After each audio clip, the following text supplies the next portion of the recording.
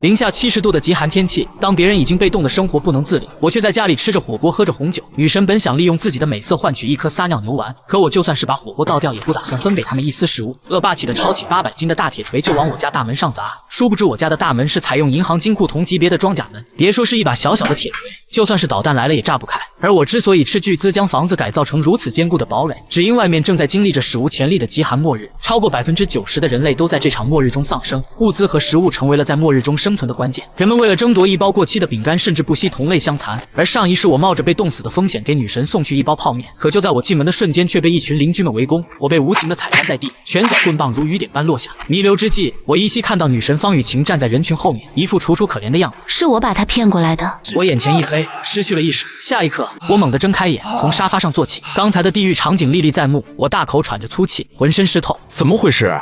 我打量周围。这是我自己的房子，空气中舒适的温度让我诧异。手机上显示着时间，11月12日。看样子我是重生了。距离那场冻死全球90%人类的寒武风暴还有整整1个月，劫后余生，我心中万分庆幸，这一世我一定要好好活下去。就在这时，眼前出现一缕白光，意识进入其中，竟是一个巨大无比的白色空间。这是异空间，看来重生之后，我拥有了一些特殊能力。我尝试把家里的彩电、冰箱往里塞，白色空间来者不拒。我看了一眼工牌，沃马尔超市华南区仓库主管，只要把那座世界第1巨型仓库掏空，别说1辈子，10辈子都用不完。此时肚子咕咕作响，我看了一眼桌上的外卖，直接将其扔进了垃圾桶里。再过1个月就是末日了，好吃的东西得赶紧吃，何必对自己那么抠门？钱留着也是废纸。我潇洒转身，准备去找一家高档餐厅饱餐一顿。我走进米其林3星餐厅，把最贵的菜点了一遍，开了瓶拉菲。这一套花了5万，死而复生，必须庆祝！我大口往肚子里塞，感动的想哭。窗外，前世害死我的方雨晴和林采宁停下了脚步。那不是张毅吗？他怎么会有钱在这里吃饭？那一桌起码5、6万。雨晴，那个舔狗原来是个隐形富二代。方雨晴眼睛亮了起来。我们在外面等着，假装跟他是偶然遇到的。1小时后，我走出大门。张毅，这么巧啊？他故意露出白皙的脖颈，施展绿茶招数，我眼中闪过赤裸裸的杀意。方雨晴被吓得遍体生寒。张毅，你怎么了？没什么，我认错人了。我收敛目光，现在杀他有法律制裁，太便宜他了。我有重生前的记忆，现在的关键是打造一座最安全的避难所。误以为我是隐形富二代，方雨晴和林采宁非但没生气，反而主动凑了上来。张毅，你刚刚是在这家餐厅吃饭吗？我双手插兜走向超市，他们赶紧跟上。这么巧，我们也打算去买点东西，顺路。一路上，方雨晴故意伸手触碰我，又装作害羞，我看在眼里，心中冷笑，真是奥斯卡影后级别的绿茶。来到超市食品区，面对琳琅满目的商品，我如同进入宝库。火腿肠、泡面、自热火锅，我一股脑往车里放。前世一包泡面吃2天的饥饿感，让我对食物有无限渴望。张毅，买那么多，你是要去露营吗？富二代露营会吃这些吗？方雨晴跑到我跟前殷勤地说：“有需要我帮忙的吗？”看着主动献殷勤的方雨晴，我心生一计，利用这1个月打造绝对安全的庇护所，故意透露我有物资，等末世降临，让他们哭喊着求我。那你们帮我推车子吧。我不客气地装满3辆车，专门把装有400、500斤牛羊肉的车交给他们。2个女人累得满头大汗。人家今天帮了这么大的忙，回头你可得请我吃饭哦。她眼神充满暗示，期待着米其林3星。好啊，不过最近比较忙，下个月吧。那好啊，一言为定。好呀好呀，咱们一起。结账时我毫不眨眼地刷了1万多。末世里这堆物资价值连城，而钱只是废纸。看着2个免费劳动力推着沉重的车子，我嘴角微扬，不用白不用。3车物资推进小区，引来不少议论。我不在乎，方雨晴他们知道了，这事就瞒不住。但我就是要让那些人看着，却吃不着。这时爱占小便宜的林大妈凑了上来：“小张啊，这么多你们也用不完，分给邻居们点。”说着，她直接伸手从手推车里抓起1块进口牛排。我劈手抢回：“不好意思，我自己吃。你还给我，不然打死你！再说一句，我扇你！”林大妈气急败坏：“多大个人了，还跟老人家计较？给我怎么了？回头我给钱。想吃自己买去。”我冷笑一声，招呼方雨晴他们离开。身后传来咒骂声，我充耳不闻。送走2个绿茶，我将物资收入异空间，开始列清单。现在食物已经有，接下来就要准备打造安全屋了，还要准备药品和武器，这些在末世都是必须的。第2天起床第一件事，我查看了异空间，隔夜的蔬菜水果新鲜如初，但放进去的活鱼却死了。看来异空间里时间静止，活物却无法生存。虽然不能把自己装进去，但能无限存熟食。我立刻拨通天海市最大的5星级酒店的电话，我要摆3天3夜流水席，预定500桌饭菜。电话那头也是吃了一惊。请稍等，我去请示经理。片刻后，先生您好，我是经理陈定方，不知您如何称呼？我叫张毅，我要订500桌酒席，有问题吗？张先生，那得100多万，我们需要20万定金。发账号来。我毫不犹豫转账，有了钱好办事。经理立刻吼着让后厨停止接外卖，全力备货。前1个月后就是废纸，但现在必须用。我现在手头只剩100万，根本不够用。我把目光投向天海市中环那套120平的房子，市值500多万，抵押贷款，这笔钱不用还，简直是白捡。可银行最终只批了400万，我不讨价还价，痛快签字。算上剩下的钱，我现在手握500万，但要买武器、装修堡垒还不够。正思索时，路边一个黄毛拦住了我。嘿，哥们儿，是不是急用钱？银行不给批？原来是放高利贷的，我心头一动，计上心来，故意装作为难。是啊，我家里生意急需周转，银行太慢了。我能帮你，只要你需要，找我们就没错。我需要500万，你能帮我渡过难关吗？没问题，走，去公司谈。我跟着他来到借贷公司，老板陈雄穿着名牌西装，眉宇间却满是戾气。张先生，想借多少？500万，这可不是小数目，事先说好，利息很高。张先生，生意周转过来，很快就能还上，对吧？两人一唱一和，我尽收眼底。利息高点无所谓，只要能把钱借给我。利息4分，借500万还700万，另外需要抵押。我假装一咬牙，拿出房产证，房子值550万，再加一辆30万奔驰，抵押给你们总行了吧？陈雄确认房产证无误，却故作为难。这房子最多值400万，借500万我亏啊。陈老板帮帮忙，只要今天打款，我只要450万。不行，划不来。经过一番极限拉扯，最终以400万成交，当天到账。我拿着钱乐呵呵的离开，留下身后2个自以为赚翻了的傻子。他们不知道，这房子他们永远收不回去。现在我手里有900万，有了这笔启动资金，加上预付定金杠杆，我有几千万的购买力。我开车直奔天海市大名鼎鼎的战龙安保公司。前世听说他们曾为首富公子打造过价值10亿美金的安全屋。业务经理吴怀仁走了进来。先生你好，请问有什么需要？我需要你们为我打造一个安全屋。吴怀仁眼神瞬间认真。战龙是世界一流的安保公司，您的要求肯定能满足。如果我要求在24楼的高度把公寓整体改造成安全屋，能做到吗？没问题。我心中大定，选择留在公寓，就是为了亲眼看着那些害过我的人怎么死。吴怀仁递过平板电脑，我们提供私人定制，您可以在上面挑选业务。我接过电脑，只要钱到位，地下100米都能造，但我只有1个月时间，必须选择最高效的方案。我飞速勾选配置，200毫米航空合金，强度是金刚10倍，直接取代墙壁，顶级防弹玻璃，银行金库级防盗门，空气过滤系统防毒气，全屋无死角监控。目标只有一个，打造绝对无人可破的铁王八。吴怀仁看着订单，瞪大了眼。只要加上武器，这简直就是一座堡垒。我以前当过雇佣兵，这配置绝了。我眸光一闪，压低声音：那你有办法搞到枪吗？我得罪了狠人，只守不攻不是事。吴怀仁表情严肃：我们是正规公司，这个单子800多万，事成之后我亏待不了你。吴怀仁权衡片刻：我做不来，但可以帮你打听打听，最多半个月，安全屋就可以完工。签完合同，我付了100万定金，剩下的尾款这辈子没机会付了。出了安保公司，我立刻拨通了猎场老板刘洋的电话。我要一批弓弩、复合弓和气枪，高价收购。张哥，这东西可不能伤人啊！你想多了，我要去非洲打猎。哟，那得注意狮子，现货有，过来取吧。我火速赶往西山，满载而归。5把金刚弩，3把复合弓，600支箭矢，2把大马士革猎刀，这堆大杀器装满后备箱，安全感爆棚。黄昏时分，我独自吃着火锅，想到以后吃不到了，我立马叫来服务员。我要订购1万份火锅底料。服务员吓傻了，以为我是捣乱的。店长赶来确认，我不废话，直接刷卡100多万。店长乐得合不拢嘴，当场附赠500份。回到小区门口，酒店的餐车队浩浩荡荡，20-30辆车把路堵得水泄不通，邻居们看傻了眼。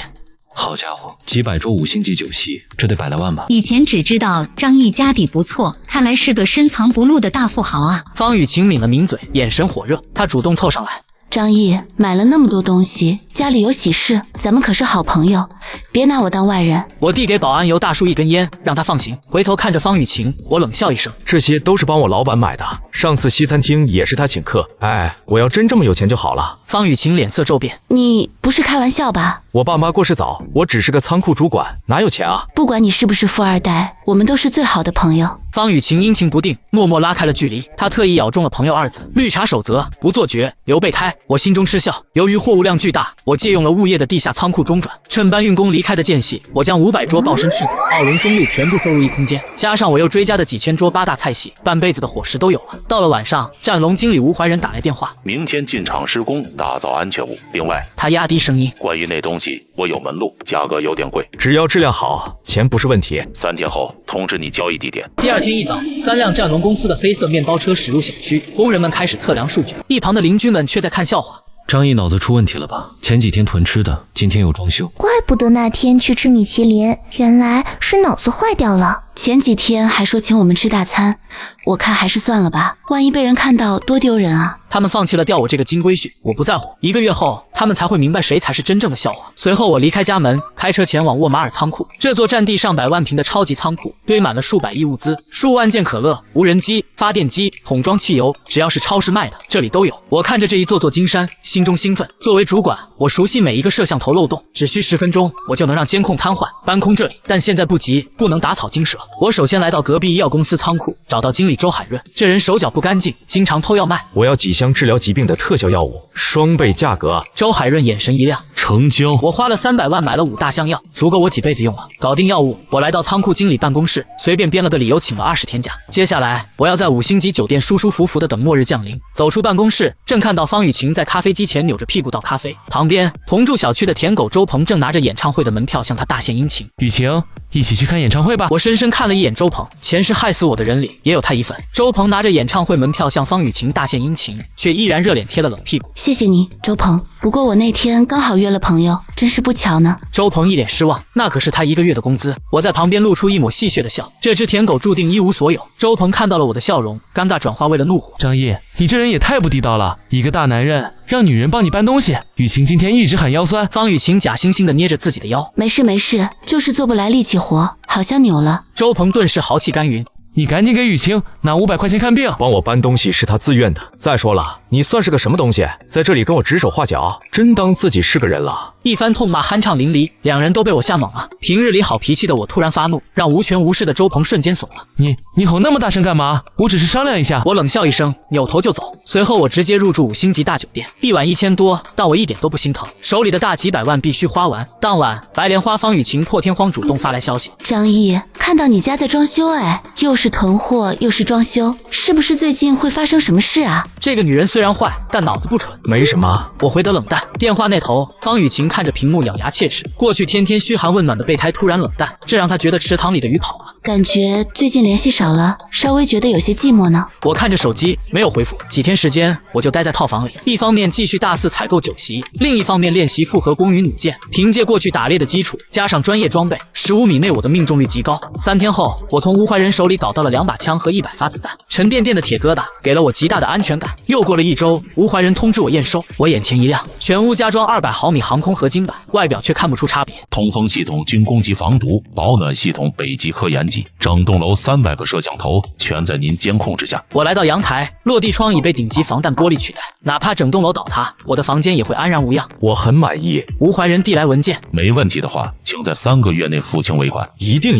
我在心里狂笑，只花100万定金，白嫖1000万级堡垒，尾款下辈子吧。躺在沙发上，我突然一拍脑门，我去，怎么连水都忘了？末世零下70度，出门凿冰等于送死。我立刻下单100个巨大储水桶，能存500立方水。几小时后，快递送达，邻居们又开始议论，这张毅是不是有毛病？前几天装钢板，今天买水桶。学电影搞安全屋呢，天海市靠海还能缺水，杞人忧天。我懒得辩解，末日降临那天，你们就会明白谁才是傻子。保安尤大叔热心的走过来，小张，买这么多桶干啥？要帮忙不？尤大叔是个退伍老兵，前世为了救一对母女把自己饿死了。看着这位好人，我决定多说一句。尤大叔，我有内部消息，今年冬天不好过，你也多囤点泡面和水。尤大叔皱眉，真的假的？你看我都囤了这么多，反正泡面不怕放，买个心安。尤大叔点了点头，听进去了。旁边爱抬杠的汤大爷却凑了过来，小张，别到处造谣，小心被请喝茶。我翻了个白眼，转身离开。能救的只有听劝的人。接下来的20多天，我一边疯狂花钱吃喝，一边去靶场苦练射击，身边人都把我当笑话，就连方雨晴也故意疏远我。我不在乎，距离末日还有3天，虽然收集了不少物资，但这还不够给我绝对的安全感。我把目光投向了沃马尔那座巨型仓库，上一世有传闻，高层提前得到了消息，正在悄悄转移物资。既然如此，哪怕我搬空了仓库，混乱中的高层也没精力侦查，这是绝佳的动手机会。我照常去仓库上班，趁这帮老熟人不备，我在茶水里下了安眠药。很快，值班人员全部沉睡。我来到监控室，切断所有摄像头，10分钟搞定，轻车熟路。换上大2码的鞋子和手套，我站在巨大的仓库前，深吸一口气，开始进货。右眼扫货，心念一动，货架瞬间消失。饮料区上万吨矿泉水、红酒、洋酒全部收走。燃料区上万箱无烟煤、桶装汽油、酒精，够我烧几百年。食品区数万吨罐头、烧鸡、高档零食，几座小山般的食物瞬间蒸发。装备区棒球棍、滑雪设备，还有数十套能抵御零下100度的顶级防寒服。2个小时，上百万平米的仓库被我彻底搬空。看着空荡荡的仓库，我心中无比满足。哪怕是冰河时代，我也能舒舒服服活下去。回到岗位，我销毁证据，喝了一点带安眠药的茶水，趴在桌上装睡。不知过了多久，我被人晃醒。主管，出大事了，仓库被人搬空了。我装作迷茫睁眼，随后一脸震惊的拍而起。什么？怎么可能？我两腿一软，声音颤抖。价值上百亿的物资怎么一眨眼全没了？这太离奇了！同事们也很紧张，但没人提睡觉的事，毕竟这事太离谱，大卡车拉都要拉几天，显然不是我们几个保安能干的。这种烂摊子解决不了，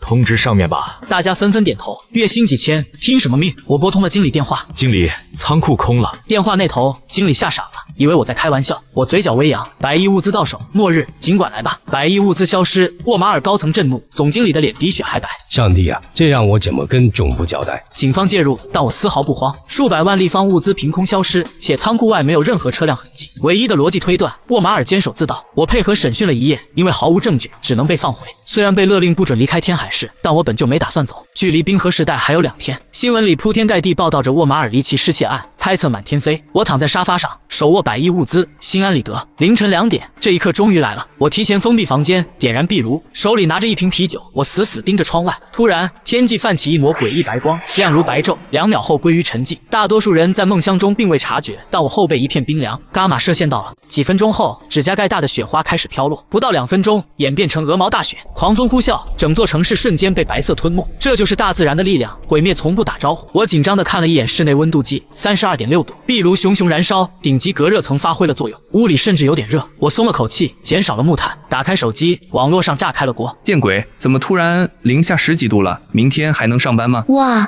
南方从没见过这么大的雪，明天不用上班啦，哈哈。看着那些兴奋晒雪景的照片，我摇了摇头，这只是开始。接下来大雪将持续3个月，气温会降到零下70度，到时候希望你们还有心情赏雪。第2天早上，我被电话吵醒，是方雨晴。喂，一大早干什么？张毅，外面好冷啊，你囤物资是不是提前知道会大降温？我掀开天鹅绒薄被，屋里暖烘烘的，甚至让我有些出汗。走到落地窗前，大雪已淹没城市1层楼高。听朋友随口提的，怪不得，你也真是的，都不提前跟我说，害得我被冻到了。这女人竟有脸埋怨我，我直接挂断电话，洗了个热水澡，取出顶级5盒牛和红酒，早餐就吃牛排配意面。打开电视，新闻里2位主播穿着厚羽绒服。全球普遍降温70到100度，请大家不要恐慌，雪灾很快会过去。我嗤之以鼻，电视右上角显示室外温度零下65度，而我穿着睡衣，享受着800万安全屋带来的恒温，丝毫感觉不到寒冷。手机又响了，还是方雨晴。你怎么挂电话呀？外面雪太大，出不去，能不能借我点吃的？雪灾过去还你。白莲花果然不傻，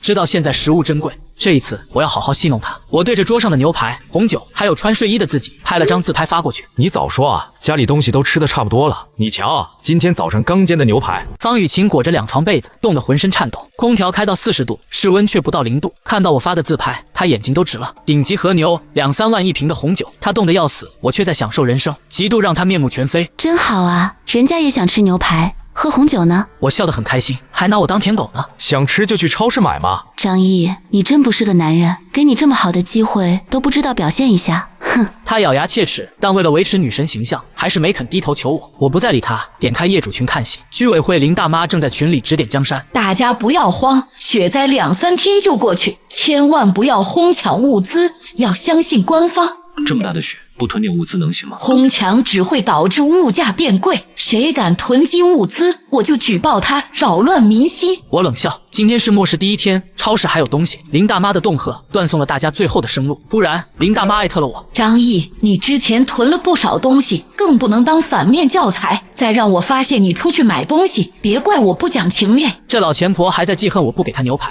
可惜她的权利现在连屁都不如。林大妈，万一雪灾持续很久，大家没吃的，你能负责吗？群里瞬间炸锅，大家都不满林大妈，由我带头，立刻有人附和。是啊，到时候缺吃少喝算谁的？林大妈有些心慌，更加痛恨我。物资绝对不会缺，张毅，你这是煽动人心，违法乱纪。我大笑，都这时候了，还想作威作福？放心，外面那么冷，叫我出去都不去，你们随意。我的物资够吃10辈子，至于那些信了林大妈鬼话的人。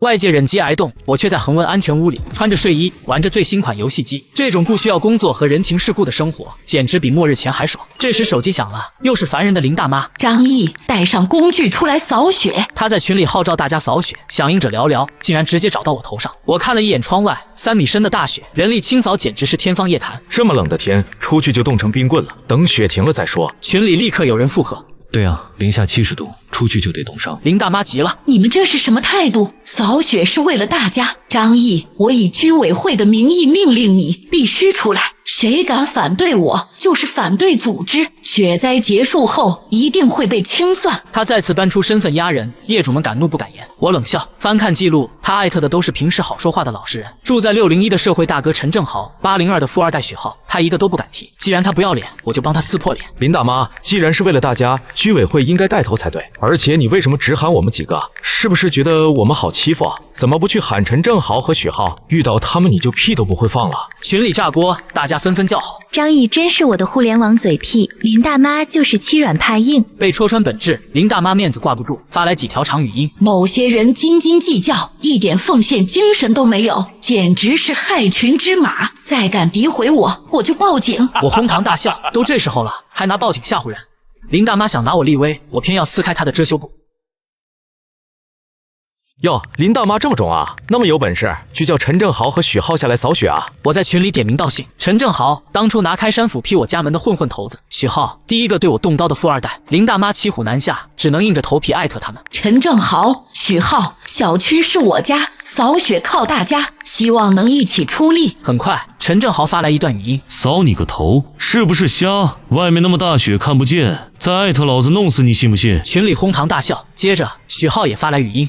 关我屁事！老子不用上班，没有我的物业费，你们早饿死了。大家气愤却无力反驳。林大妈被骂得狗血淋头，不敢还嘴，却把气撒在我身上。她当即私信我：张毅，你是不是存心跟我过不去？我笑了，还有送上门找骂的。少在我这装蒜，被人家骂的屁都不敢放，到我这找存在感。告诉你，爷爷不是好欺负的。林大妈吓得瑟瑟发抖，赶紧拉黑了我。她这种欺软怕硬的人，只敢脑补以后扣我物资来报复，用阿 Q 精神自我安慰。群里几个老实人还是被忽悠着去扫雪了。刚骂跑林大妈，微信电话又响了，是陈正豪。显然我刚才拿他说事，让他不爽了。我眯起眼接通电话，现在的我倒真希望这个不长眼的东西找上门来。我的安全屋正缺个试刀的。电话接通，陈正豪的国骂涌来：你他妈找死！敢拿老子说事，我有100种方法弄死你。他在小区横行霸道惯了，受不得一点挑衅。我冷笑：你算个什么坤巴东西，一个社会人渣，没用的就叫。骂完我直接挂断拉黑，格外的痛快。打开全楼监控，6楼陈正豪家门被推开，他穿着羽绒服，敞开怀露出纹身，拎着棒球棍，气势汹汹出门。刚出门，零下70度的寒风立刻教他做人。他瑟缩了一下，赶紧搓手上了电梯。我坐在沙发上，不紧不慢的给手弩上弦。这把弩能射穿300公斤的野猪。为了保险，我还揣了把枪，踩上椅子，打开防盗门2米高处的射击孔。这个位置只能从内部开启。张毅，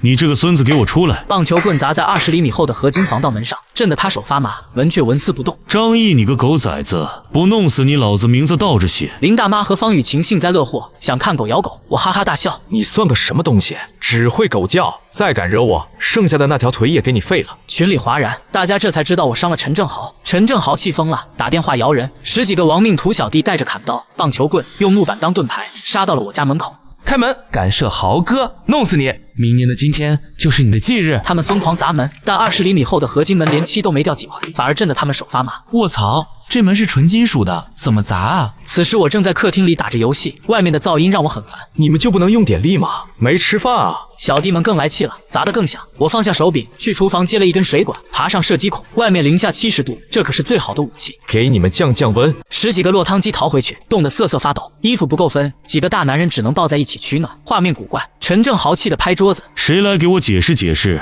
这到底是怎么回事？张毅那小子太卑鄙了，用水管呲我们，门也砸不开。陈正豪眉头紧锁，随即冷笑：铁王八总有破绽，我就不信他一辈子不出来。你们守着，只要他出门，立刻打死。小弟们哆嗦着冷笑附和，他们怎么也想不到，我压根没打算离开天堂般温暖的房间。到了下午，楼下的尤大叔带着几个老实人在扫雪，林大妈连个影子都没有。面对2-3米深的积雪，他们费力挖掘，完全是无用功。清理出的空地瞬间又被大雪覆盖。没过多久，他们扛不住低温，都回去了。我从异空间取出一盘奥龙，一份惠灵顿牛排，就着黄山烧饼和可乐。屋里27度，我穿着睡衣躺在沙发上。电视里新闻还在播放鼓励口号：官方正运筹帷幄，向雪灾发起总攻。我国雪灾处于可控范围，一切向好。我摇了摇头，在大自然的毁灭力量面前，这只是自欺欺人。业主群里，林大妈还在喋喋不休地号召大家互助，却无人理睬。大雪下了2天，恐慌开始蔓延。方雨晴再次发来消息：张毅，你没事吧？我家吃的没了，能不能给我一点？回头请你吃饭。我冷笑，上次他囤的泡面肯定还没吃完，就是单纯不想吃苦。真没泡面了，你看我平时只能吃这些。我随手拍了张桌上的奥龙和牛排发过去。方雨晴气得眉毛倒竖，闺蜜林彩宁从被窝探出头，看到照片馋得眼睛冒绿光。这几天他们只能吃泡面，都快疯了。太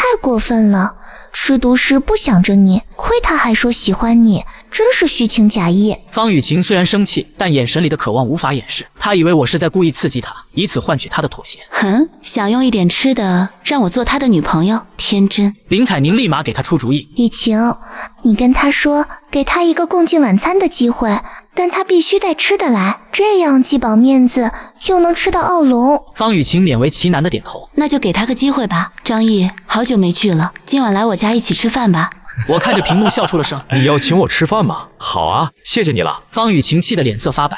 不知好歹，我给他机会请我，他竟然要我请客。他把手机一摔，这种抠门男活该单身。他在备胎名单里的顺位往后排，我再也不会理他了。两人骂了一阵，见我没道歉，林彩宁动了歪心思，偷偷私信我：张毅，你怎么那么笨啊？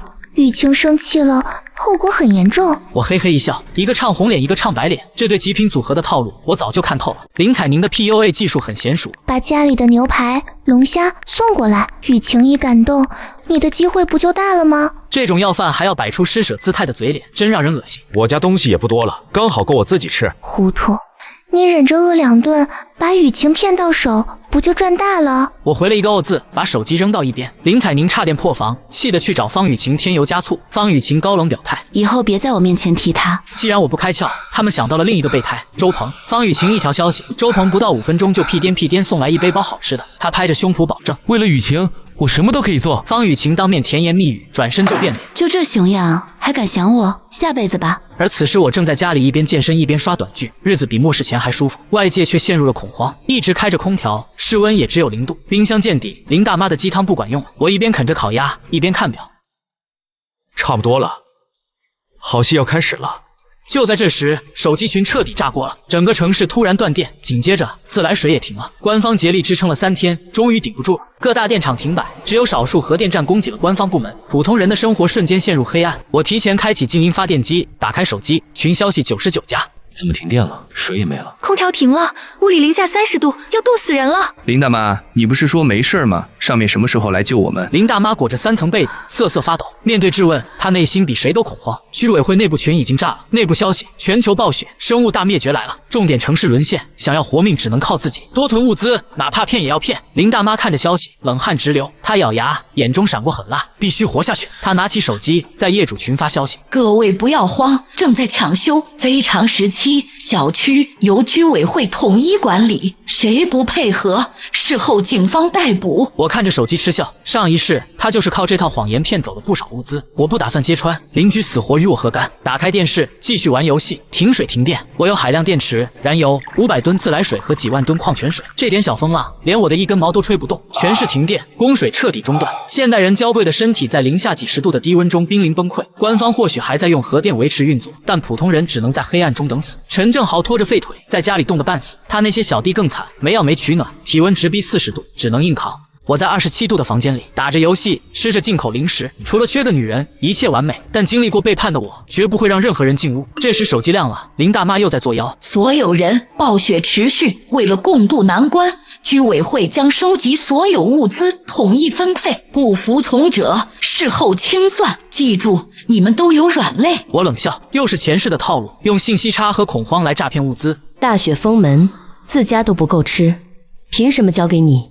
就是这也太过分了。囤货派反抗，缺货派却站出来支持林大妈。邻居之间互相帮助怎么了？这可是组织的决定。群里吵成一团，方雨晴和林彩宁装死不说话，他们那种性格，打死也不会上交。我正看戏，林大妈却主动私信我：“小张啊，你在仓库工作，上次买了3大车东西，现在大家有难，你该发挥精神了。雪灾过去一定还你。”这老钱婆把主意打到我头上了。上一世我心软给了物资，这次我不会再犯傻。太好了，我家也吃完了。林大妈，你收集到了记得分我一点。林大妈气得跳脚，她笃定我这只肥羊有存货。别开玩笑了，这是组织的命令，你必须起带头作用。我踢着烤羊腿塞的牙，懒散回复：地主家也没余粮啊。作为居委会成员，你应该先送我几包泡面，发挥下精神嘛。林大妈急了，语气变得阴森：张毅，我是在代表组织，拒不交出物资，回头我一定处理你。呸！拿着鸡毛当令箭，你连个事业编都不是，轰轰老头老太还行，跟我装什么大半算？有本事随便使，我在家等你。骂完挂断拉黑，一套连招行云流水。林大妈气炸了肺，却拿我无可奈何，不敢踢我出群，怕引起连锁反应。她只能咽下这口恶气，转头去骗那些好欺负的老实人。2天时间，她连哄带吓，真从几户人家手里骗到了物资。至于陈正豪和许浩，她连门都不敢敲。末世第5天，普通人家的存粮耗尽，群里戾气滋生。那些被林大妈骗走物资的业主终于忍不住了。林大妈，说好的统一分配呢？我家吃完了，快发物资。对啊，怎么还没动静？包括没交物资的人也跟着起哄，想分一杯羹。林大妈看着群消息，装死不回。她缩在5层被子里，眼神狠毒。老娘辛辛苦苦骗来的物资，怎么可能给你们还回去？林大妈装死，群里邻居开始谩骂。但林大妈既然决定骗，早就不在乎脸面了。不过有人盯上了她这只肥羊。陈正豪这群社会人没囤粮，啤酒都冻成了冰坨子，小弟们饿得两眼发绿。林大妈那句统筹物资，在陈正豪听来就是我有肥肉。林大妈骗来的东西，老子抢过来正好。林大妈正美滋滋吃着骗来的饼干，电话响起，是陈正豪，他吓得脸色发白。林大妈，好本事啊！我家缺物资，你快些送来。还要统筹，有些人家没交。老东西，给脸不要脸，不交出来我就自己去取。林大妈吓得哆嗦，试图搬出身份。我是居委会干事，你别乱来。呸，狗屁玩意儿！挂断电话，陈正豪拄着拖把当拐棍，带着10几个恶红眼的小弟杀向林大妈家。我通过监控看得一清二楚，我双腿翘在茶几上，吃着薯片，把这段录下来发群里。陈正豪一伙人开始砸门，林大妈家的普通防盗门，防君子不防强盗。在撬棍和钢管的暴力下，门锁很快被破坏。林大妈用桌子沙发堵门，但在这种暴力面前毫无意义。透过摄像头，我看到林大妈惨白的脸上写满了惊恐。手下们如狼似虎的翻箱倒柜，很快骗来的泡面、饼干堆成了山。林大妈哭着抱住陈正豪大腿求情，被一脚踹在脸上。看着监控里这凶残的一幕，我直挑眉毛。林大妈真是活该，但这标志着文明规则彻底破裂。冰面裂开一角，很快就会粉碎。我将录好的视频发到业主群。豪哥威武，对付骗子就该用雷霆手段。不愧是社会大哥，有正义感。群里一片叫好，甚至把强盗捧成英雄。我嗤笑摇头，这些蠢货没意识到，今天陈正豪能抢林大妈，明天就能抢他们。不过看他们还有力气聊天，说明手里还有存货，都在哭穷装死。我不再理会群里的闹剧，挂起剑把，练习手弩和复合弓。末世生存，一刻不能懈怠。至于那100发子弹，那是压箱底的威慑，不到万不得已，无需动用。林大妈被陈正豪一伙人揍得口吐鲜血，她在群里磕头求救，业主们只有嘲讽：千错万错，都是我的错，求求你们救救我！没人理会，直到美女医生周可儿发声：让我看看吧，但不保证能治好。上一世她是为数不多的好人。半小时后，林大妈再次哀嚎求止血药和抗生素。最终经过周可儿的不懈努力，总算是把林大妈从鬼门关救了回来。末世第7天，大雪封门，1楼彻底淹没，官方救援无望，网络上全是全球冰封的绝望消息。林大妈疯了，还在群里叫嚣要物资，被全员无视。12楼宝妈谢丽梅打破了沉默：谁有吃的？我和孩子2天没吃饭了，高价收购。我有几包泡面，1包1000块。在过去这是天价，但在末世这是买命钱。谢丽梅犹豫了，突然富二代许浩冒了出来：我出2000块1包，你有多少？我全都要了。看着手机，我淡淡一笑。奇妙的事情开始了，金钱的崩塌就在这一刻。许浩一句2000块1包泡面，炸穿了业主群，有人恐慌，有人嘲笑是哄抬物价，但我知道这是金钱在末日最后的余热。许浩不蠢，他用超能力从短视的邻居手里买到了几周的生存物资。那些现在为了几千块卖出救命粮的人，很快就会把肠子悔青。宝妈谢丽梅哭诉孩子没奶吃，但面对许浩的天价收购，没人理他。最后只有心软的保安尤大叔分了他一点食物。我冷眼旁观，前世记忆忆里，这个看似柔弱的女人一直活得很好，粉色的东西切开都是黑的。另一边，由于物资耗尽，曾经口味刁钻的方雨晴和林采宁，现在为了最后半包压缩饼干，连掉在地上的渣子都舍不得扔。两人裹着被子，脸色清白，看着茶几上的饼干发呆。再不想办法，最多1周，他们就得饿死。大雪下了整整10天，2楼被淹没，我在安全屋里享受生活，而方雨晴和林采宁已经到了弹尽粮绝的边缘。他们最后的库存5包干脆面、3桶泡面、半瓶老干妈。曾经精致的女神，现在面临饿死的恐惧。干脆面根本吃不饱。宁宁，雪如果不停，我们怎么办？周鹏那里还有吗？早榨干了，他现在瘦得跟僵尸一样。最后2桶泡面都给我了。林采宁不甘心，我们这么漂亮，只要略微出手，肯定有男人动心吧？方雨晴苦笑，她早就试过了，既想要物资，又嫌弃对方条件差，还要对方1.85米公务员，结果连楼下大爷都表示太冷了，有心无力。绝望中，林采宁想到了我。对了，你是不是忘了那个舔狗张毅？哼，除非他磕头求我，否则我绝不主动找他。他还端着女神的架子，怕毁了形象，以后不好找富二代。林采宁却开始给他洗脑，他家里肯定还有囤货。之前他对你冷淡，肯定是因为觉得自己配不上你，想放弃了。就是的，明明是个小中产，装什么富二代，害我浪费感情。但他是个优质备胎啊，你稍微给他个笑脸，让他重燃希望，他不就任你予取予求了吗？方雨晴的眼睛瞬间亮了。没错，备胎就是在需要的时候拿来顶的。方雨晴终于撑不住了，拿起手机给我发来语音。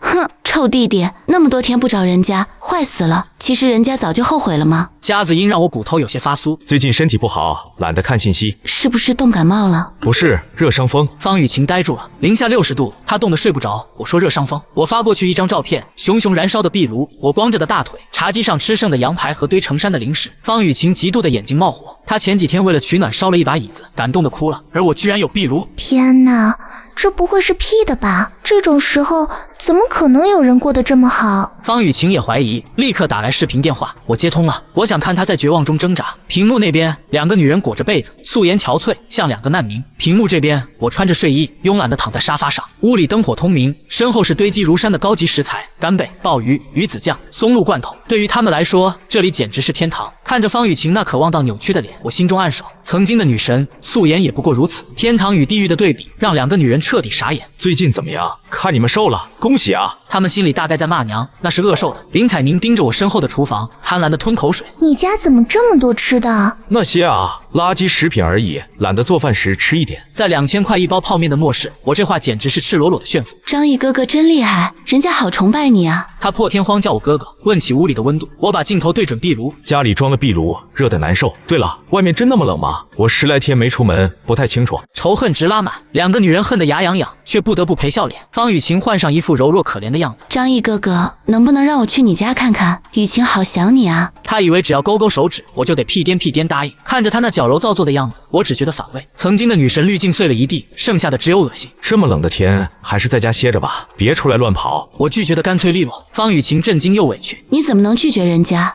以前你不是对我最好吗？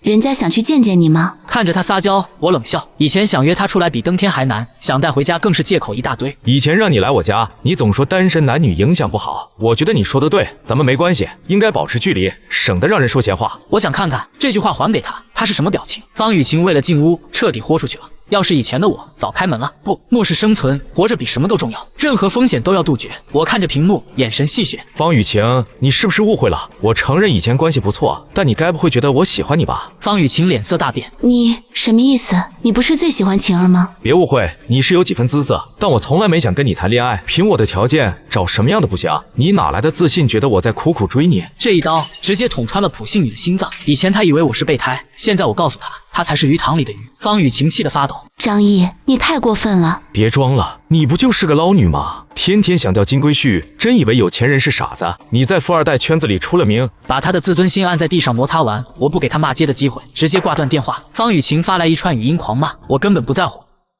看他气急败坏，反而让我畅快。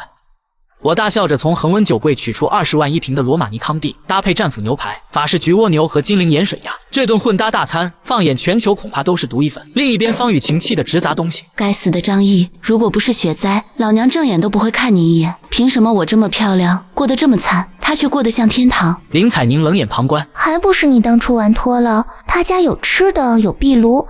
这可比富二代强多了。窗外大雪不停，官方鼓励的话越来越苍白，死亡的恐惧笼罩着他们。方雨晴还在无能狂怒，林采宁却把自己裹进被子，偷偷拿出了手机。我的手机突然亮了，是林采宁。张毅，看到你骂方雨晴，真为你高兴。其实我早就知道她是拜金女，恭喜你醒悟。我呵呵一笑，果然是塑料姐妹花，这就卖了。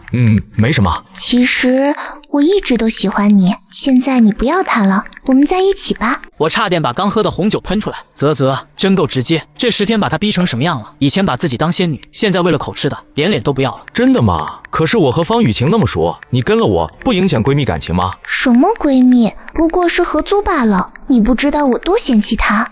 为了上位，她开始疯狂爆料，我默默录屏。发泄完后，林采宁图穷匕现，让我做你女朋友吧，你一个人也寂寞，我可以帮你做很多事。可惜我看不上。我反手把录屏转发给方雨晴，虽然很感动，但还是算了吧。我是喜欢女人，但是你太丑了，杀人诛心！林采宁气急败坏，还没来得及骂，旁边传来一声尖叫：林采宁，你这个……两个女人扭打在一起，扯头发掐胳膊，直到累瘫。末世第11天，官方新闻画风突变，女主播语气严肃，不再安慰民众，只强调每天下午供电1小时，禁止大功率电器。这意味着官方彻底摊牌，没救了，自求多福。群里炸锅，有人痛骂，有人绝望。泡面价格涨到了5000块一包，我冷眼旁观。明明是末日，人们还贪婪的用救命粮换废纸，真是讽刺。自来水管冻住，居民只能冒险出门取雪水。有人可急了舔冰，舌头被粘住冻坏。监控里，陈正豪的小弟每天窥探，以为我会出来取水，可惜我有几万吨水，能在这个房间里活到死。我打开手机，方雨晴和林采宁的消息几乎同时跳出来。对不起，昨天我太冷了。其实我一直喜欢你，想做你的女人。看着他丢掉尊严跪舔，我摇摇头。我发完便不再理会他们。两个女人被羞辱得体无完肤。方雨晴眼中闪过狠辣，实在不行就冲进去，杀了张毅也无所谓。他找到林采宁，那个不让我们进屋，我们不能坐以待毙，想办法把他的房子抢过来。好，他就该滚出去冻死，那房子只有我们配住。曾经反目的塑料姐妹花，为了抢夺我的天堂，再次联手。为了抢我的天堂，两个女人决定找个炮灰。海上周鹏那个舔狗没脑子，让他去死都愿意。此时的周鹏已经饿得皮包骨，物资全给了方雨晴。接到女神电话，他兴奋地跑来，以为爱情降临。方雨晴梨花带雨的哭诉：张毅那个混蛋，我要点吃的，他就让我陪睡。周鹏瞬间炸了，敢欺负你，我宰了他！方雨晴顺势诱惑，他家有吃的，有壁炉，咱们把房子抢过来，以后一起住好不好？周鹏心头一热，三人准备好菜刀和钢管，杀气腾腾来到我家门口。方雨晴和林采宁躲在死角，示意周鹏叫门。张毅，我是周鹏。我在屋里打开监控，看着躲在门边手持凶器一脸杀气的两个女人，我后背一凉。尽管早有准备，他们的狠毒还是超出了想象。想杀我，你们也配？张毅，看在同事份上，给点吃的吧。我用1盒布洛芬给你换2包泡面。布洛芬是末世硬通货，他故意开低价引诱我。我拿起一个矿泉水瓶子，对着里面哗啦啦开闸放水。布洛芬不错，让我考虑考虑。外面三人听到动静，以为有戏，脸上露出贪婪的笑容。放水完毕，手里多了一瓶满满当当、泛着白沫的冰红茶。两个女人尖叫呕吐，周鹏愤怒砸门，味道怎么样？几个脑残还想坑我，也不撒泡尿照照自己。周鹏不再伪装，掏出菜刀猛砍大门，菜刀砍在合金钢板上，巨大的反震力直接让刀脱手飞出，擦着周鹏的脑袋掠过，留下一道血口，虎口震裂。周鹏惨叫一声，看见周鹏受伤，两个女人吓得丢下他转身就跑。周鹏狼狈逃回方雨晴家，浑身发抖，还没坐稳，方雨晴就尖叫起来：啊，滚开！谁让你坐我沙发的？方雨晴不仅不心疼，反而骂他弄脏了沙发。舔狗周鹏竟然觉得骂得对，赶紧道歉，然后被赶了出去。业主群里林大妈还在叫销售物资，但这次只有谩骂，大家把当初不让囤货的新仇旧恨一起算了，骂他是害人精。许浩急了，开价1万1包泡面，居然还有赌徒愿意卖，赌雪灾会很快过去。我嗤笑，钱很快连废纸都不如。第二天，方雨晴和林采宁又来了，这次他们学乖了，竟然打着伞，嘴上哀求给点吃的，怀里肯定藏着刀。我不理会，打开一空间，在玩具区找到了2颗臭气弹，这种恶作剧玩具有奇效，臭味极难洗掉。看着监控里打伞的两人，我嘿嘿一笑，拿着臭气弹走了过去。邻居投诉，我回了一句不服来打我，直接拉黑。第二天上午，一声枪响传遍整栋楼，我打开监控，瞳孔一锁，3楼住户门前，瘸腿的陈正豪手里握着黑漆漆的枪。群里，陈正豪发来语音和照片：以后这栋楼我说了算，谁敢当出头鸟，这就是下场。群里死一般寂静，虽然都知道他子弹有限，人手不多，但没人敢反抗。我耸耸肩，只要他不来惹我。这时，手机疯狂震动。我被拉进了一个新群，没有陈正豪的新群，鸵鸟们终于想起来抱团了。新群成立，大家义愤填膺。咱们必须团结起来。他一把枪，几颗子弹，我们一拥而上，我一个滑铲就能撂倒他。突然有人问什么时候动手，群里瞬间死寂，谁也不想做那个挡子弹的倒霉蛋。我们需要从长计议，用智慧取胜。保安尤大叔实在看不下去了，不能再这样了，我带头只要有10几个小伙子跟我一起，就能教训这群混蛋。大家纷纷点赞。尤大叔威武，我家菜刀借给你，我有把龙泉剑借给你，你要从背后偷袭他。就是没人说要跟他一起去。尤大叔很无语。这时女业主们开始道德绑架。25栋的男人们展现男子汉气概的时候到了，保护我们柔弱女人是你们的责任。男人们瞬间炸了。平时喊女性优先送死，让我们先上，凭什么？群里吵成一锅粥，最后演变成男女对立的骂战。我看着屏幕冷笑，这就是前世陈正豪能统治全楼的原因。这群蠢货到死都只知道内斗。刘甜甜的女权言论引来群嘲，业主群彻底沦为发泄口，所有人都在互相谩骂，忘了建群初衷。我把手机扔一边，去厨房做了锅土豆炖牛奶，锅边贴满吸饱汤汁的饼子，拍段视频发给方雨晴和林采宁。2个女人被陈正豪的枪声吓坏了，哭着哀求进屋。张毅，你心是软的，救救我！我没答应也没拒绝。陈正豪杀鸡儆猴后，开始在群里唱红脸，只要大家乖乖配合，我保证相安无事。这种斯德哥尔摩式的洗脑，居然让一些人真的放松了警惕。我心中冷笑。次日清晨，短暂的宁静被打破。7楼的刘甜甜趁黑下楼挖雪，被陈正豪的小弟逮个正着。他逃回房间，绝望求救。呼呼呼！快救救我！尤大叔，你不是退伍兵吗？姑娘，我有心无力啊。尤大叔也不傻，不可能一个人去送死。见没人肯帮，刘甜甜开始道德绑架。你们算什么男人？我要是做鬼都不放过你们！刘甜甜的房门被踹开，监控里她尖叫着被扯住双腿拖了出去。我吃着巧克力棒感叹，这个温度，任何1寸肌肤裸露在外都是有生命危险的。大家没有悲痛，反而松了口气。这种日子还能撑多久？末世第14天，我又被拉进一个小群，周鹏、方雨晴、林采宁，还有金融男孙志超，同事王敏。张毅，我们必须团结起来对抗陈正豪。我们需要一个据点，你家有阳台，防盗门结实，非常适合。你让我们进去，大家也能保护你啊。我笑了，保护我？你们这算盘打的，隔着屏幕都崩我脸上了。我直接嘲讽回去，保护我？你们知道我过的是什么日子吗？方雨晴见忽悠不成，开始道德绑架。你忍心看着7、8条人命没了吗？我们可是多年朋友，救救我们吧！我冷笑，这种时候各凭本事，凭什么要求我保护？说完，我直接退群，坐在进口躺椅上，吃着薯片欣赏雪景。为了对抗陈正豪，邻居们开始抱团，方雨晴、林采宁、周鹏加入了王敏的小团体。王敏是个女强人，但也面临物资短缺的问题。当初让你们进来，是看在能说服张毅的份上，现在他不同意，你们说怎么办？为了留下来，方雨晴彻底出卖了我的情报，展示了我之前发给她的那些照片和视频。众人眼冒绿光，他太自私了。既然他不仁，别怪我们不义，咱们强攻。可他家防盗门很结实，我以前在开锁公司干过，市面上的锁我都能开。我们果然10点，打算过去就行。看似完美的计划，众人兴奋不已，一群人其乐融融，仿佛已经住进了天堂。他们全副武装，打着伞来到我家门口。我通过监控看到这群蒙面人，以为是陈正豪团伙，来得正好，教训一下。看着那一把把撑开的雨伞，我笑了，天真以为这样就能防住我。一群人撑着伞，以为能防住我的生化武器。开锁匠陆涛掏出工具捅进锁眼，溜门撬锁，天真。我家防盗门堪比银行金库，里面还有一根10厘米直径的钢棍插着，除非用汽车撞。而且我还有惊喜。方雨晴等人尖叫后退，孙志超红了眼，拿铁锨砸门，却连漆皮都没砸掉几块。张毅，我们好声好气来商量，你比陈正豪还坏，必须给我们一个交代。我们只是想合住，不要不识好人心。撬门就是聊聊，撬开后是不是要把我弄死？孙志超不仅不退，反而威胁这是最后机会。一群人在门口商量对策，以为我不知道。一群人发现撬门不成，抬来一根大木头想撞门。几个女人打伞防我的生化武器，3个男人喊着耗子猛撞。我通过 app 监控发现门板连个凹陷都没有，撞了5分钟，他们彻底绝望。这门到底多好啊！银行金库也没这么结实。我微微一笑，游戏该结束了。即便他们跑了，我依然没开门补刀，1/1000的风险我都不冒。至于弹药消耗，我翻出仓库里的轴承弹珠和玻璃珠，这玩意配合手弩威力也不错，靠着这些，我能玩一辈子。王敏一巴掌扇在方雨晴脸上，都是你害的，为什么你们躲那么远？一点事没有。周鹏胳膊中箭，还在护着女神。孙志超拦住王敏，示意留下女人照顾伤员。没办法，只能请周可。美女医生赶来，看了一眼便皱眉。王敏崩溃大哭，咒骂我狠毒。我们只是想占张毅的房子，又不会要他的命，他怎么能这么狠？周可儿听到我的名字，若有所思。绝望中，方雨晴眼睛一亮。药，我记得张毅家里有药。方雨晴想起曾经看见医药公司给我送货，周可儿确认抗生素是囤货必备。孙志超像抓住了救命稻草，快去找他！我的伤是他弄的，他必须救我。我们又没想杀他，只是想住进去，他竟然下死手，太不识好歹了。周可儿无语，但没多说。王敏逼迫方雨晴去求药，一切都是你引起的，你去办。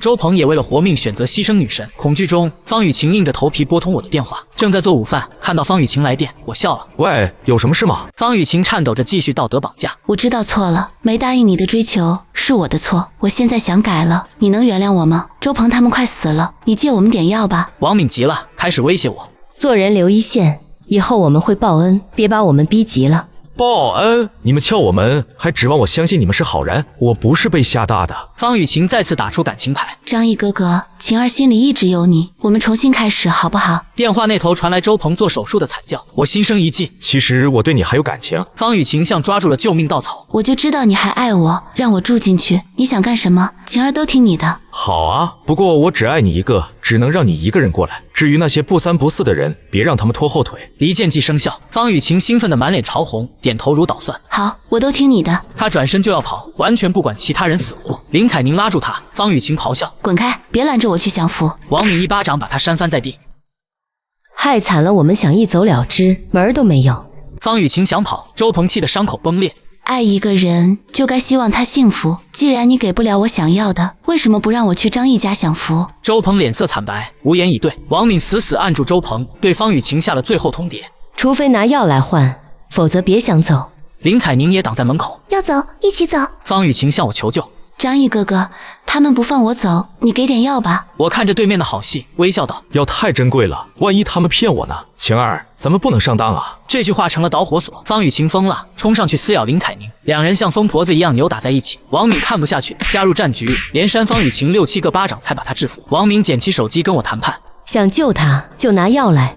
我耸耸肩，故作无奈：你们人太多，我害怕。雨晴啊，虽然哥哥想和你过日子，但他们不允许，别怪哥哥。方雨晴现在不恨我，只恨阻拦他的王敏等人。林采宁为了自保，主动请缨看守方雨晴。凭什么你一个人去享福？要吃苦，大家一起吃。另一边，周可儿做完手术，无奈宣布：没有药物，感染风险很大，做好心理准备吧。绝望再次笼罩众人。周可儿拿了一包饼干离开，3个男人躺在沙发上，剧痛难忍。孙志超眼神恶毒：必须从张毅那里搞到药，我们搞不定就让全楼几百人去搞，甚至让风口陈正豪去。这一招借刀杀人，立刻得到众人赞同。方雨晴急了：你们毁了他，我以后怎么办？王敏又是一巴掌把他拖进卧室。周鹏愣了一下，竟然推开王敏：我不许你这么说他，我和他是真爱，我绝不强迫他。我相信只要我有耐心，他迟早会爱上我。他回忆起当年方雨晴让他搬东西，让他请吃饭的恩情，自我感动得一塌糊涂。王敏气得指着他骂不出话。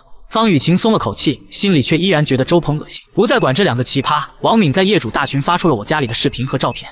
看看张毅过的什么日子，这种自私简直无耻。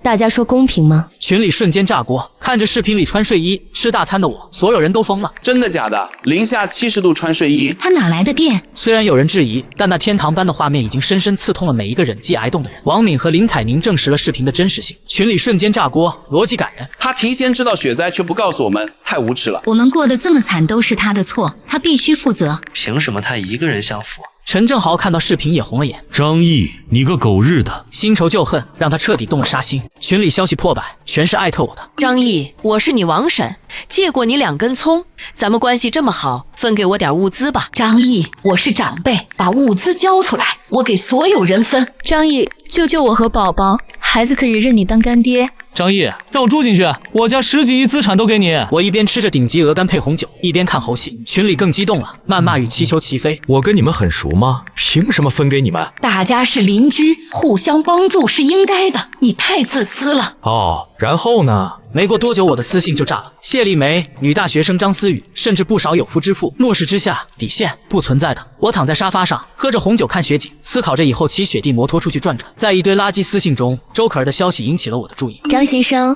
我家物资告急，希望能得到帮助，我可以提供医疗援助作为答谢。没有卖惨，没有色诱，只有理智的交换。我脑海中浮现出那个175身高、36D禁欲系的高冷女医生。上一世她因善良而死，证明有人性。医术也是陌是刚需。虽然我对他很心动，但怕死是我的第一原则，没有100%控制把握，绝不让他进门。我现在很健康，不需要医生。想交换，得拿出对我有用的东西。周可儿沉默许久，语气带有几分犹豫和羞耻。就当预付诊金行吗？我坚持不下去了。我思索片刻，给了他的台阶下。我可以给你食物和药，但你得帮个忙。如果邻居们要对我下手，告诉我他们的行动。这既是给他的活路，也是给我家的一层保险。毕竟，哪怕我有钢铁堡垒，多一个内线总没错。周可儿犹豫许久过后，终于答应了做我的内线。我看了一眼大群，里面对我骂声无数。我笑着回复：吃屎去吧！群里瞬间炸了锅。这是你自找的，后果自负。我深吸一口气，紧张又兴奋，骨子里的热血被点燃。我将异空间中的武器拿了出来，5把金刚弩，3把高级复合弓，数百支箭矢，2大核钢珠，开山刀，大撬棍，棒球棍，防狼喷雾，电棍，汽油，几十个自制燃烧瓶。我缓缓擦拭着手里的枪，有多少人就尽管放马过来吧。孙志超背着我拉了新群，甚至把陈正豪也拉了进来。我要1半物资，剩下的你们分。大家放下恩怨，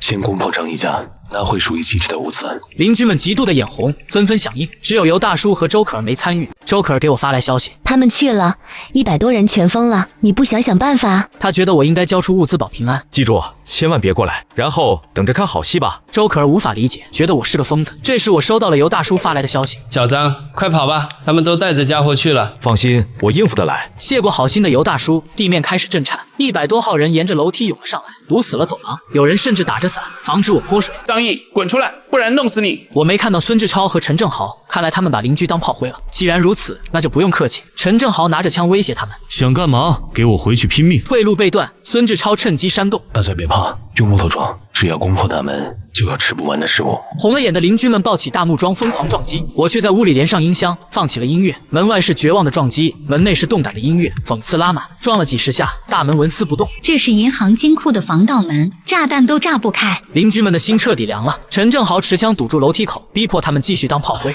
喝口可乐，听着音乐，惬意无比。门外叫骂连连。孙志超又想出妙计，门撞不开，砸墙。墙总不是铁做的吧？邻居们重燃希望，抡起铁锤猛砸，白灰掉落，露出的却是冷冰冰的黑色金属。大汉虎口震裂，绝望嘶吼：谁家房子用钢板筑墙啊？我不屑一笑，20厘米金刚铸造的墙壁，炮弹都轰不破。邻居们崩溃了，开始阿 Q 式诅咒：你一个人活着不孤独吗？你会内疚一辈子的。陈正豪仍然不死心，砸天花板，砸地板，我不信他搞了个铁箱子。众人跑到楼上楼下疯狂开凿，结果真的是个6面封死的铁箱子，距离天堂只差20公分，却如天堑般不可逾越。砸墙一上午，只看到绝望的钢板，饥饿让人疯狂。孙志超手臂开始溃烂，仰天怒吼：你一个人活着，怎么比得上我们这么多人？牺牲一下你会死啊！邻居突然喊道：阳台有落地窗，玻璃肯定能打破。一群人像丧尸一样翻过阳台，不管外面零下70度的风雪，隔着玻璃，他们看到了真正的天堂。我穿着睡衣躺在躺椅上，喝着冒热气的卡布奇诺，茶几上堆满了汉堡、披萨、烧鸡、油泼面。邻居们疯了，用尽全力砸向落地窗。我淡定地欣赏着。谁说玻璃就比金属脆弱？这可是防炮弹级的防弹玻璃。10几个人砸了半天，连个裂痕都没有。眼镜男绝望嘶吼：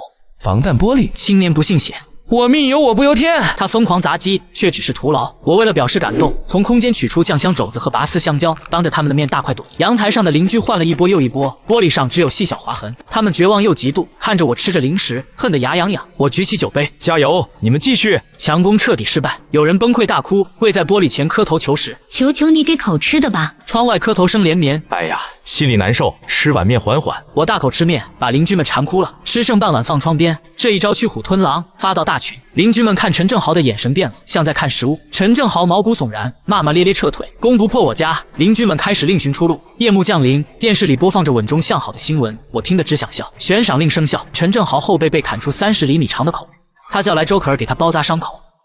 现在你走不了了。为了保命，他强行扣留了周可儿。陈正豪决定搬到24楼，住在我的隔壁，贴身蹲守。我不信他永远不出门，只要有机会就干掉他，占领那个堡垒。周可儿借上厕所给我发消息示警。知道了，继续观察。想让我出门，做梦去吧。陈正豪带着人马搬到24楼，隔壁小夫妻吓得瑟瑟发抖。开门换房，隔壁小夫妻乖乖交出房子。陈正豪搬进隔壁，日夜监视，想蹲我出门，可惜我有一空间，扔垃圾都不用开门。无聊时，我就在群里开直播。家人们，今天做的红烧肉，10斤五花肉下锅，邻居们馋哭了。结果我尝了一口，眉头一皱，酱油放多了，废了，倒了吧。整锅肉倒进垃圾桶，群里直接炸了。别扔，我的嘴就是垃圾桶，造孽啊！没关系，我还有现成的。镜头一转，桌上摆满油焖大虾、九转大肠、糖醋里脊等10几道菜。老铁们，开吃！邻居们疯了，有人咒骂，有人磕头认爹求喝汤。另一边，方雨晴瑟瑟发抖向我求救。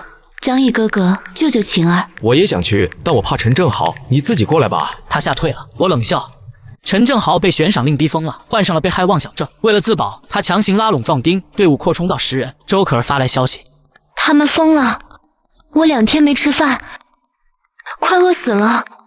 张毅，你还能救我吗？考虑到以后或许需要医生，我决定出手，帮我办最后一件事，事成之后让你活。我需要知道周可儿在关键时刻能不能下狠心，于是交给他一个任务。周可儿暂时没有回答我，显然他也是在挣扎，我并不着急。第2天跑完步洗个热水澡，神清气爽。门外传来砸门声，张毅，滚出来！你个缩头乌龟！监控里，周鹏胳膊高高鼓起，显然感染严重。我走到门前，淡淡科普。感染晚期，没救了。周鹏吓得冷汗直流，从痛骂变成哭求饶命。周鹏踉跄跑回住处，孙志超正用火烧伤口，惨叫连连。周鹏冲向方雨晴，雨晴，你愿意嫁给我吗？这是他临死前最后的卑微愿望。方雨晴捏着鼻子，满眼嫌弃。不，你太臭了，好恶心。周鹏的心碎了，彻底黑化。你敢骂我臭，我要得到你！他撕扯方雨晴的衣服，舔狗的末路是变态的狂欢。让你骂我，让你骂我！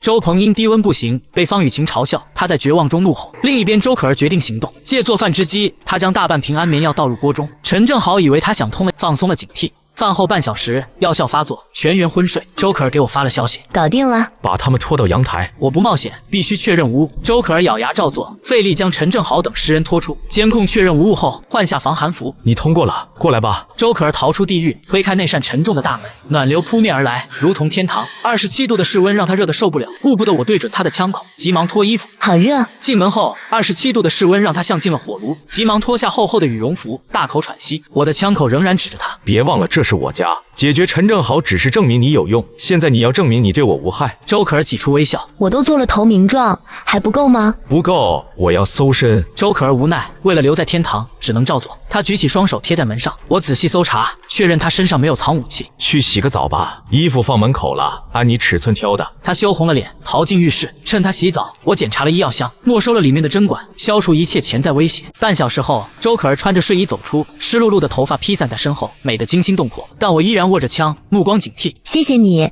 浪费了你的水，不会怪我吧？他在试探我的态度。在这个温暖的天堂，他生怕被丢回冰天雪地。坐吧。周可儿乖乖坐下。这里是我的家，这是恩赐，你要服从一切命令，否则杀无赦。这里全方位监控，没有隐私，赐我归你，但防盗门要是在我这。周可儿点头接受，聪明的让我满意。为了确保忠诚，我决定暴露核心秘密。我获得了超能力，拥有一个异空间，物资都在里面，只有我活着，你才有吃的，有热水。如果我死了，你也得饿死。说完，我凭空变出一块夹心面包。周可儿震惊后，眼神中多了一抹坚定的信任，那是对生存的信任。吃吧。他狼吞虎咽，感动得热泪盈眶。以后家务归你，下水道冻住了，屎尿也归你处理。你是我的女仆，懂吗？我明白，主人。吃饱喝足，我倒了2杯红酒。知道为什么选你吗？第一，你是医生；第二呢？周可儿抿了口酒，眼神明悟。因为我是个漂亮的女人。她放下酒杯，主动解开浴袍。半个月的压抑需要释放，今天妥了。这一觉睡得神清气爽。周可儿还在沉睡，我拿出热气腾腾的汉堡炸鸡，敲门叫醒她。她狼吞虎咽吃完，舒服的打了个饱嗝，简直好吃到哭。吃饱了，开始干活。我录下视频发到业主群。陈正豪死了，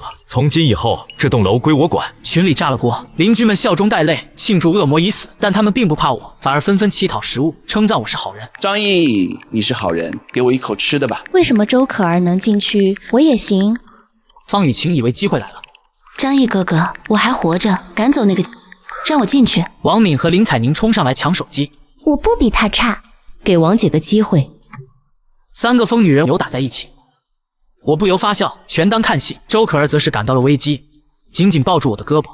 周可儿主动贴上来，我很享受，也心生一计，拍下亲密合照发给方雨晴。晴儿，你来晚了，我和可儿是真爱，别联系了，我怕她误会。方雨晴看到全方位碾压自己的白富美，彻底疯了。我不信，你明明是我的舔狗，那个抢我的东西，你不配。拉黑删除，一套带走。清静日子没过几天，群里又有了乐子。雪灾马上过去，我哥是高官，不给我送吃的全枪毙。显然这老太婆疯了，她竟然还活着。当初我看病时，可怜她给了他一点物资。又是圣母心泛滥的结果。窗外，对面18号楼，一个男人绝望地从阳台上跳了下来。末世的绝望还在继续。这时电话响起，是尤大叔。张毅，谢丽梅女儿发烧了，你那儿有药吗？我瞬间吃瓜，谢丽梅果然精准找到了接盘侠。尤大叔是退伍老兵，武力值高，值得投资。我这还有几盒，你来拿吧。故意强调几盒，制造紧缺感。尤大叔感动得语无伦次。以后你要是用得着我，我绝无二话。尤大叔，你就像我亲叔一样。挂断电话，我对周可儿说，让他欠个人情，以后好挡枪。利益交换才是末世最牢固的关系。尤大叔来了，身后跟着谢丽梅。糖宝高烧不退，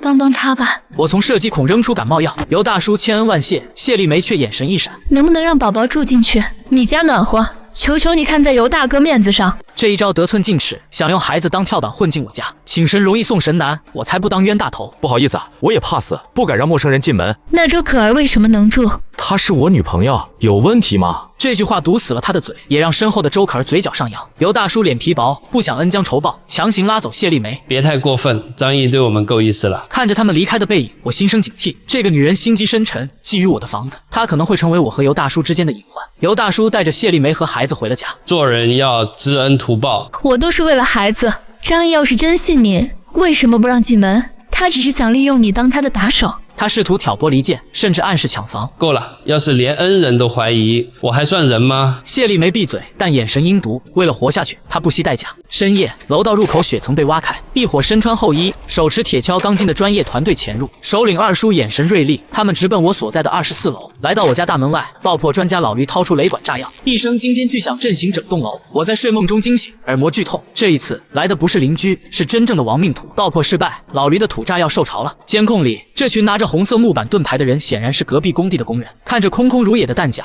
我意识到必须搞点更强的热武器。这次是土炸药，下次如果是专业爆破呢？回到房间，周可儿蜷缩在角落瑟瑟发抖。我以为地震了。看着她房间里挂着的黑色蕾丝内衣和整洁的环境，我哑然失笑。有个懂事的女人真好，要不是末世，这种极品我哪娶得起？是26栋的建筑工人，他们天天干体力活，人多势众，比陈正豪更危险。周可儿建议我报仇，当然要报仇，但我绝对不过去。周可儿翻了个白眼，你太稳健了。我在业主群说明真相，26栋工人入侵，使用了炸药，邻居们瞬间变脸。张毅，你是我们的英雄，快保护我们！我对付他们也耗尽了武器，大家自求多福吧。前一秒还在骂我，后一秒就想让我当保镖，做梦！尤大叔发来私信，26栋那帮狗崽子我认识，老大叫黄天放，本来30多人，最近死了10来个，他们太不是东西，害死不少人。张毅，你要是有计划，我帮你收拾他们。这就是投资尤大叔的回报，关键时刻他是个可靠的战力。要不要联合起来对付天河帮？不急，上赶着不是买卖，等天河帮把邻居们杀疼了，他们自然会来求咱们。我和尤大叔达成共识，坐山观虎斗。邻居们果然又开始道德绑架，我直接无视。通过周可儿和尤大叔的情报网，我摸清了小区底细，威胁主要有2个：第一，26栋的天河帮帮主黄天放，建筑工人，战力彪悍；第二，21栋的狂狼帮街溜子王强，销路带头，年轻气盛，战斗力不弱。接下来的几天，天河帮果然来报复，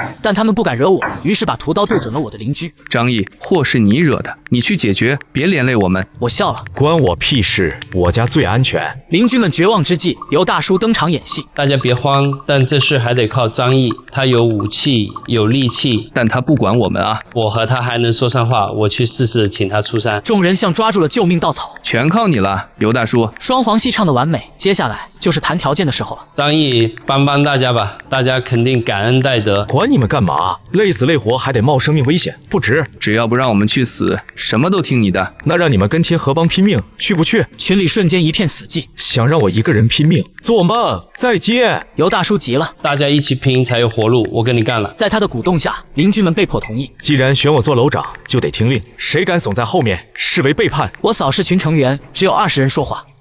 别装死。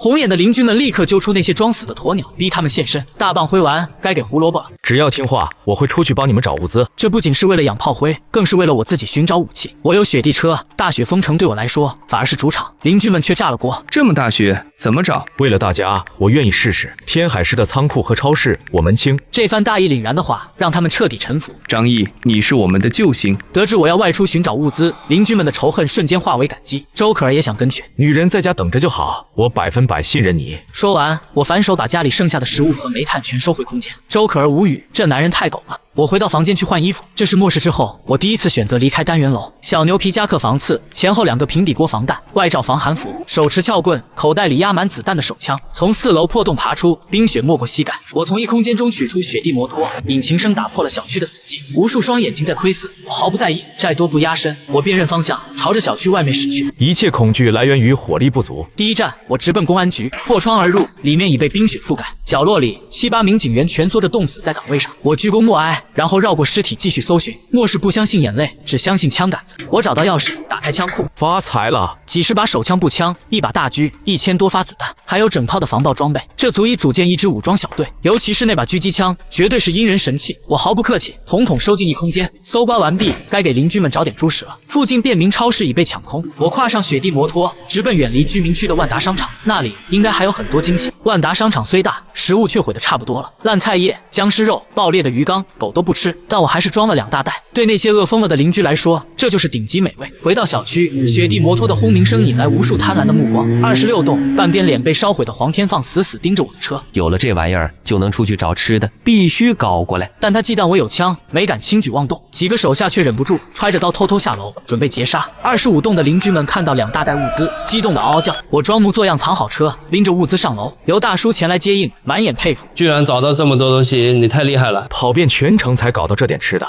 为了大家，我拼了！2个行李袋倒出烂菜和僵尸肉，邻居们却感动得痛哭流涕，高呼张毅万岁。方雨晴还想套近乎，被其他红眼的邻居直接吼了回去。就在分发食物时，天河帮的4名工人从窗外闯入，邻居们为了护食，也为了奖励，瞬间红了眼。几十人围攻4人，铁锨菜刀齐飞，干得漂亮！我拍手称赞，重赏2个最卖力的年轻人李成斌和姜磊。发霉饼干、僵尸肉塞满怀，2人感动得磕头认歌，其他邻居羡慕得眼红。这就是我要的效果。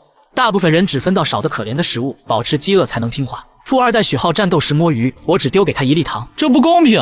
你是在针对我？跟我谈公平，你配吗？张毅哥哥，我的呢？你们俩本来就没有。方雨晴崩溃，试图打感情牌。我就是耍你呢，看看现在的你，像个女乞丐。我搂住光鲜亮丽的周可儿，对比惨烈。借许浩之口，我曝光了方雨晴万能插座的外号，全场爆笑。他疯了似的逃走。林采宁还想讲理，我一句我就是烦你，让他闭嘴。懂事，赏你的。我丢给许浩1袋饼干，他如获至宝，感恩戴德。接下来是正事。我周可儿还有尤大叔和谢丽梅排除在外，剩下43人分成6组，24小时轮班放哨。尤大叔负责安排，谢丽梅在一旁嘀咕没拿到奖励，眼神不满，但我不在乎，炮灰只要能用就行。为什么尤大叔不用值班？因为他是重要战力，要养精蓄锐。我其实是为了保护心腹。谢丽梅私下抱怨没给食物，好东西留着呢，让尤大叔来拿。1箱泡面足以堵住他的嘴，也让尤大叔更加死心塌地。回家脱下挂着平底锅的夹克，换上警用防弹衣。周可儿求欢，被我拍屁股打发去洗澡。比起女人，我现在更爱这些枪。换上2把警用手枪，研究步枪和大狙，借助还没断的网络，我快速掌握了操作。所有枪支上膛，存入异空间，随时取用。透过狙击镜看着对面大楼清晰的窗锁，我笑了。这把大狙绝对是阴人神器。过了一会儿，尤大叔就过来了。他看到门口的一整箱未开封的泡面，激动的眼眶湿润。尤大叔，拿去吃！尤大叔感动的热泪盈眶。凌晨2点，天河帮黄伟带人夜袭，预警响起，为了悬赏的邻居们红着眼杀出来。黄伟等人惨败。第2天，我让周可儿做油泼面，虽然味道一般，但这份家常味让我安心。当然，安心的前提是厨房有监控，且他每天都要接受我的全方位检查。狙击枪你会用？昨天7颗子弹干掉7个。他没有恐惧，只有崇拜。跟定我是他最聪明的决定，我也给予回报。这次没有收走厨房的食材，初步信任达成。与此同时，26栋的天河帮干个屁！他们有狙击枪，还有用不完的子弹。复仇是不可能了。我骑车再次出门，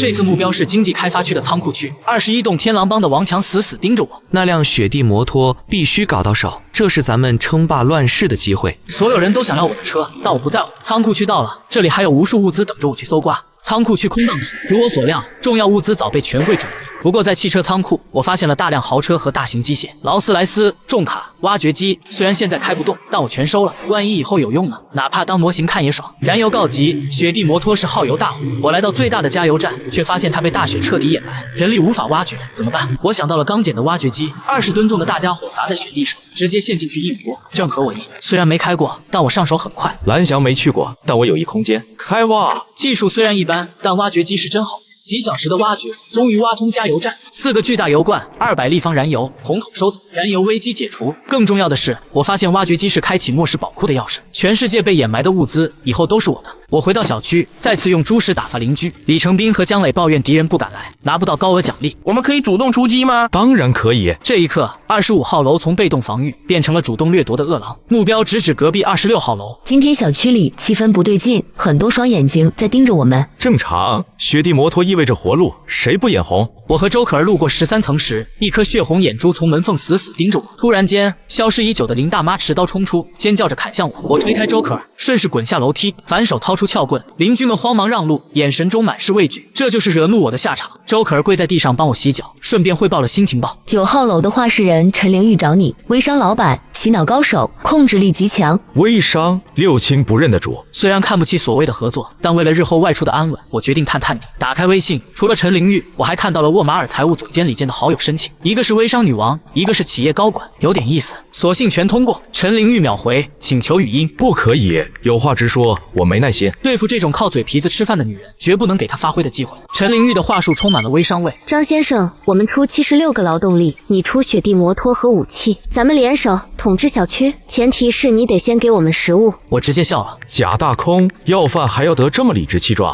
见忽悠不成，他开始威胁，怀璧其罪，只要给食物，9号楼保持中立，否则我们就是敌人。让我考虑考虑。敷衍结束对话。区9号楼，我有的是子弹，但我不得不思考一个问题：如果29栋楼联合起来怎么办？安全屋固若金汤，除非拆楼，但在没电、超低温、极度饥饿的情况下，靠人力拆楼根本不可能。只要我苟住，没人能奈何我。不过为了以后外出搜刮，或许得讲究点策略。看看那个沃马尔高管李健有什么说法吧。只要苟在安全屋，谁也奈何不了我。但被动挨打不是长久之计。看看李健怎么说。我是18号楼话事人，我们建立了末日乌托邦，物资统一分配，仅死5人，希望能合作。我们提供人力物力，并协调各楼关系。如果不合作，我们也绝不进攻，只求自保。不愧是财务总监，情商高，懂止损。但我看得很清，没有武力保护的乌托邦就是待宰的肥羊。他所谓的不进攻，不过是坐山观虎斗。联系了一圈，发现所有楼长都想把我当免费劳动力，筹码只有廉价的人力和女人。战还是和？我需要找到第3条路。黑色蕾丝睡衣下的周可儿格外诱人。可儿，你说战还是和？战，你能挡住29栋楼吗？和，你能养活1500人吗？战，我有99.99%的把握。和，他们只是漫天要价，想让我养活他们的小团体。周可儿提出的搬家方案被我否决，安全屋带不走。局面看似无解，但我手握时间优势。小区势力复杂，武力派、洗脑派、管理派互不信任，想要联合难如登天。那就拖着，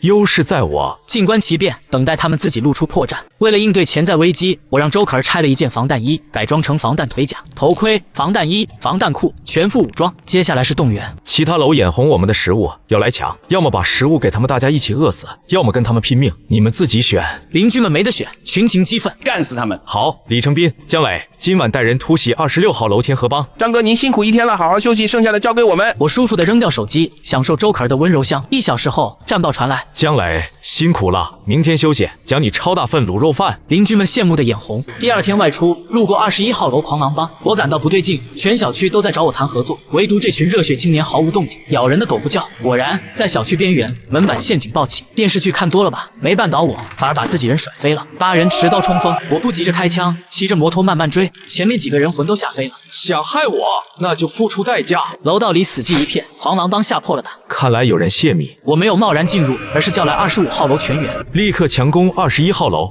尤大叔跟我走，其他人上。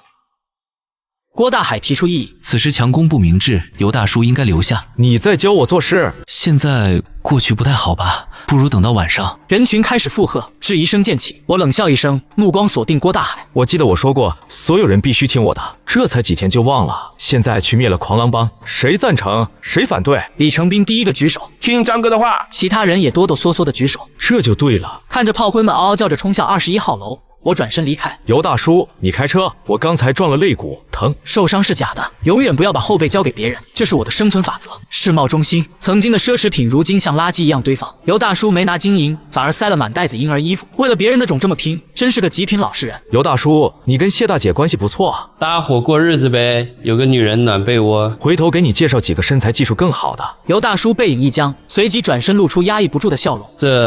我是个正经人，嘿嘿。我心里有底了，他对谢丽梅与其说是感情，不如说是生理需求。只要筹码足够，谢丽梅随时可以被替换，这个金牌打手我拿捏住了。今天上午黄天放联系了我，他想求和，他说其他楼在组建反张毅联盟。我表面敷衍，内心冷笑，求和晚了。刘大叔担心我弹药不足，突然语出惊人：我当过兵，知道天海市军营在哪，那里有的是弹药。我眼睛瞬间亮了。军营，那就意味着可能有坦克、装甲车。如果搞到这些大家伙，还需要怕那群乌合之众，直接平推。在西北100多公里外，可能被雪埋了，很难挖。挖雪，我专业对口，有挖掘机在手，多厚的雪我都不怕。出发！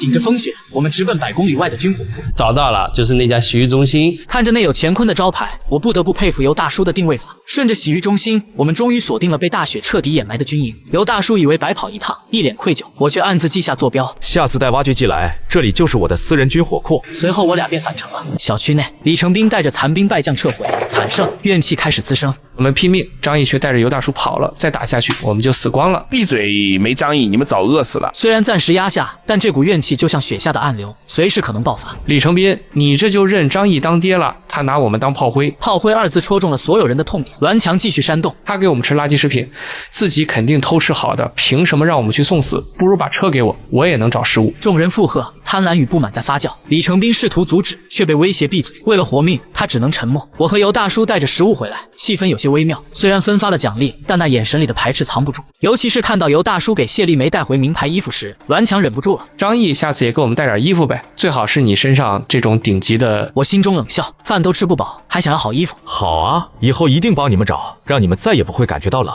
我回到家中，周可儿穿着围裙从厨房里走了出来。你回来啦，主人。贤惠的晚餐和洗脚水让我暂时忘却了外面的风雪。下次去军营挖出重火力，就能平推一切。最近邻居们怨气很重，小心背叛。放心，我从未信过他们。那你信任我吗？你是唯一，独一无二。谎言脱口而出，我只爱自己，但为了稳住后方，必须用感情扑他。这一招很管用，他感动的眼眶湿润。饭后，我抱起他走进浴室。独乐乐不如众乐乐，一起洗吧。此时，邻居们捧着我给的食物，蜷缩在家里吃着晚饭。跟着张毅混真好，有卤肉饭吃。你看周可儿还能洗澡。别做梦了，张毅就是拿我们当炮灰，没想让我们活着。那能咋办？谁拳头硬谁是爹。虽然无奈，但两人达成了共识，为了活命，只能当狗。就在这时，李成斌的手机响了，看着消息，他的眼神变得兴奋且诡异，有人在联系他策反。第二天，我独自前往军营挖掘，挖掘机轰鸣，挖到了军人宿舍。怪事，被子叠得整整齐齐，却空无一人，连尸体都没有。我猛然醒悟，官方高层早在灾难当晚就调走了军队，护送物资去了避难所。这里的军队没死，只是撤了。未来这股正规武装力量或许会是大麻烦，但现在这里的军火库归我。我直接用挖掘机将军火库大门撞开。虽然重武器被撤离的部队带走了，但剩下的足以让我狂喜。步枪若干，子弹7000多发，军用狙击枪1把，手雷50枚，加上顺手收集的火攻木料，这趟赚翻了。在天海市，我已经拥有绝对的武力统治权。回到小区，我故意空着手，邻居们抱怨连天。忙了一天没吃的，你怎么不多找找？我笑了，笑得很冷。最近你们有点飘了，觉得理所应当，那以后一拍两散，自己找去。张哥别，大家不是这个意思。人群瞬间安静，人不能喂太饱。昨天要名牌，今天敢抱怨。张毅摩托车能坐3个人，带着我们一起去呗。众人附和，贪婪的眼神盯着我的车，想分我的权。做梦！惦记我的车，想一拍两散。业主群里，他们先是痛骂我是恶魔、自私鬼，骂完之后，有人问他不给食物，我们吃什么？回应的是一片死寂，没人想回到吃皮带、吃屎的日子。这时风向突变，其实张毅挺好的，这就是人性。只要手里有粮，枪里有子弹，他们就会跪下来舔我的鞋底，还要赞美我仁慈。邻居们饿了一顿，终于悟了，我们不能没有张毅。求张哥原谅，以后您说什么就是什么。看着群里的跪舔，我冷笑。突然，我被拉进一个群，群里成员有陈玲玉、李健、黄天放、王强，全小区所有楼长都在。反张毅联盟摊牌了。张毅，我们29栋楼达成统一战线，条件如下：第一，保障全小区物资；第二，交出雪地摩托轮流使用；第三，交出资源点情报。作为交换，我们不打你。我差点笑出声，要我当免费保姆，还要抢我的车，筹码居然是不打我。看来他们对力量一无所知，以为靠人多就能赢。抱歉，我手里现在的火力就像3体水滴对地球舰队，降维打击，了解一下。不答应就死。张先生，识时务者为俊杰，合作才能恢复文明。红脸白脸唱得不错，我心生一计，擒贼先擒王。想谈可以，各楼派代表来25号楼，咱们当面聊。做梦，要谈来我这儿。谁都不傻，谁也不肯去对方主场送死。既然骗不过来，那就摊牌。那就不谈了，我就在家里不出门，你们攻不进来，咱们耗着，看谁先死。你食物总有吃完的一天，这种鸵鸟战术没意义。我笑了，跟我比消耗，我从来不在乎别人物资多不多，反正都没我多。想耗死我，下辈子吧。既然谈崩了，那就准备开战。李总，你来跟我谈，我放心，不像那些搞偷袭的混蛋。一句话，成功引爆联盟内部猜忌。王强、陈灵玉生怕李健抢功，纷纷要求参与谈判。鱼儿上钩了。明天下午2点半，25号楼过10步后退出群聊。我没收了周可儿的手机。大战在即，杜绝一切隐患。周可儿施展新学的头部按摩，让我在波浪起伏中理清了思路。计划 A 若全来，一锅端；计划 B 若来的少，假意妥协，从内部瓦解。我有的是耐心。随即我联系了尤大叔，他毫不犹豫，都听你的。现在万事俱备，明天就是鸿门宴。尤大叔，明天带人搜身，其他楼的人敢带武器，直接没收。跟尤大叔确认完细节后，我又打开了业主大群。不想被抛弃的，明天就乖乖站岗。为了活命，邻居们只能听命。次日清晨，我全副武装，防弹衣、防弹裤、匕首、手枪、突击步枪、狙击枪，还有几十枚手雷。我在13楼找了一间大房间开会。我扔出2袋食物，看着邻居们像恶狗一样抢食。等他们吃完，我开始画饼。只要谈判成功，大家就能回到正常生活。为了光明的未来，再批一次！邻居们激动痛哭，信以为真。我眼神坚定，心中却毫无波澜。4楼设陷阱，卡住通道，只要拖住他们，我随时能撤回安全屋。为了光明的未来，干！炮灰就位，只等开场。下午2点半，黑压压的人群如潮水般涌来，足足500-600人，将25号楼围得水泄不通。这就是他们的谈判筹码，千军压境。首楼的邻居吓得腿软，由大叔出来镇场子。慌什么？他们要的是张毅，你们还不配死。武大楼长在簇拥下登场，满脸傲慢。看那帮怂货，快吓尿了。张毅估计去换裤子了，不答应我们的条件，由不得他。他们觉得自己是指挥千军万马的将军，胜券在握。我坐在7楼窗前，看着下面密密麻麻的人头，嘴角勾起一抹冷笑。人多，正好省得我一个个找。搜身，这就是张毅的态度。不知死活，一口唾沫都能淹死你们。武大楼长极其嚣张，自以为掌控全局。我通过手机听得一清二楚。人多了不起啊！楼长们吓傻了。手雷？他怎么会有手雷？陈灵玉双腿夹紧，强忍着不让尿流出来。还有5分钟，见不到人就开战。我们马上到。几人瞬间认锁，丢下武器，像狗一样争先恐后地爬向13楼。楼长们爬上13楼，气喘吁吁，再无嚣张。我们要食物、衣服，还要你的车帮我们采集物资。我直接把枪拍在桌上，5人吓得想跑，被尤大叔堵了回来。别紧张，亮亮枪而已。我提出条件，每栋楼每天只给10人份食物。离间计生效。黄天放狂喜，因为他们楼人少，可李健和陈灵玉却崩溃了，10人份根本不够他们分的。还没等他们吵完，我抛出第2个条件：为了可持续发展，我们要自给自足。我丢出1包玉米种子，就像祖先那样，让我们去种玉米吧。在零下极寒种地，他们以为是希望，其实这是我为他们准备的目的。末世长久，必须种地，西伯利亚都能种，我们也能。这番鬼话居然把李健和黄天放说动了，但我知道这还不够。只要同意，以后还提供香烟、酒水。你有烟？2个老烟民瞬间破防。我扔出1包利群，他们贪婪的点上，飘飘欲仙。只要保证我有烟抽，条件全答应。我也是。1包烟就让坚不可摧的联盟土崩瓦解。李健试图阻拦，却被2个猪队友狂喷。别啰嗦，就按他说的办。得体谅张毅的难处嘛。李健脸黑如锅底。看来大家达成共识了，不怕神一样的对手，就怕猪一样的队友。这把稳了。我们还得再商量商量。耍我！尤大叔带人堵门，王强和黄天放为了香烟，当场反水支持我。谈判桌上一片混乱。这时，我发现楼下的人群正悄悄逼近25号楼，偷袭。看来这5个楼长被抛弃了，或者手下想造反。他们开始进攻了，不是我们干的。全给我坐下！武大楼长吓得魂飞魄散，陈灵玉直接失禁。考虑清楚了吗？5人全票通过，不敢有半个不字。散场时，王强和黄天放为了我扔在地上的半包烟，像狗一样扭打在一起。这就是所谓的联盟领袖。回到25号楼，我告诉邻居们结果，提供300份食物换和平。邻居们担忧，我们怎么办？不答应就开战，我不怕，你们顶得住吗？众人沉默。我随即话锋一转，语气深沉：放心，我会把压力扛下来，绝不让你们饿死。我希望每个人都活下去。邻居们瞬间泪崩，自我攻略。张毅把压力全扛在自己肩上啊！张毅的恩情一辈子也还不完。邻居们感动的回去当奴隶，唯独尤大叔看出端倪。这不像你的风格，为什么妥协？确认4周无人后，我笑了。妥协？那是为了让他们内乱。每栋楼只给10人份物资，当所有人都看到食物，却只有极少数人能吃到时，会发生什么？不患寡而患不均，得不到食物的人会陷入更深的绝望和疯狂。他们会为了那一口吃的，把昨天还称兄道弟的楼长撕成碎片。不久之后，各楼内部将爆发惨烈的厮杀。我有物资、火力和堡垒，所以我能冷静思考，而他们早已在饥寒交迫中失去了理智。就算是拳王，饿死之后也打不过我。为什么要让他们种地？这么冷，根本种不活。再次确认4周无人后，我道出真相。这是疲兵之策，消耗他们的体力，激化他们的矛盾。聪明人能看穿又怎样？蠢蛋永远占多数。他们为了眼前的利益，会自断臂膀，就像自毁长城的刘义荣。回到家，我打开周可儿尔的房门，被软禁的他正在做瑜伽，身材火辣，极尽妩媚。我向他倾诉了部分计划，他感到幸福，因为我没让他去冒险。我帮不到你，至少能帮你放松一下。他主动现身，这就够了。买保险是为了托底，最好一辈子用不着。但在那之前，享受当下也不错。第二天，上千人齐聚广场扫雪，场面和谐而温馨。这日子有奔头了，越过越好了。以后大家一起种地，再也没有打打杀杀。楼长们隐瞒了10人份物资的真相，将这群韭菜蒙在鼓里。我假装外出，回头看着小区那虚假的和谐，我只觉得讽刺。